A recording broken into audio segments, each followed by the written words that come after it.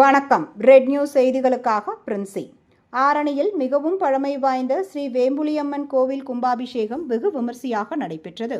திருவண்ணாமலை மாவட்டம் ஆரணி டவுன் கோட்டை வீதியில் அமைந்துள்ள மிகவும் பழமை வாய்ந்த ஸ்ரீ வேம்புலியம்மன் கோவில் கும்பாபிஷேகம் வெகு விமர்சையாக நடைபெற்றது.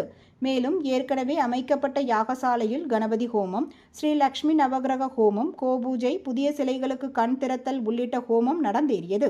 இதனையடுத்து புண்ணிய நதிகளிலிருந்து கொண்டுவரப்பட்ட புனித நீரை மங்கள இசை, தேவ பாராயணம், 2ஆம் கால பூஜை செய்து யாகசாலையில் வைத்து பூஜித்து கோவிலை சுற்றி வீதி உலா அழைக்கப்பட்டு பின்னர் ஸ்ரீ வேம்புலியம்மன் கோவில் மூலவருக்கு அபிஷேகம் செய்து புனித நீரை கொண்டு வந்த ராஜகோபுரத்தில் உள்ள கலசத்திற்கு புனித நீரை ஊற்றி மகா கும்பாபிஷேகம் வெகு விமர்சையாக நடைபெற்றது. இதில் பக்தர்கள் திரளாக பங்கேற்று ஓம் சக்தி, ஓம் சக்தி, பராசக்தி என கோஷங்கள் பக்தர்கள் எழுப்பி வழிபட்டனர். பின்னர் ட்ரோன் மூலம் புனித நீரை பக்தர்கள் மீது தெளிக்கப்பட்டன. இறுதியில் கோவில் நிர்வாகம் சார்பில் பக்தர்களுக்கு அன்னதானம் வழங்கப்பட்டன.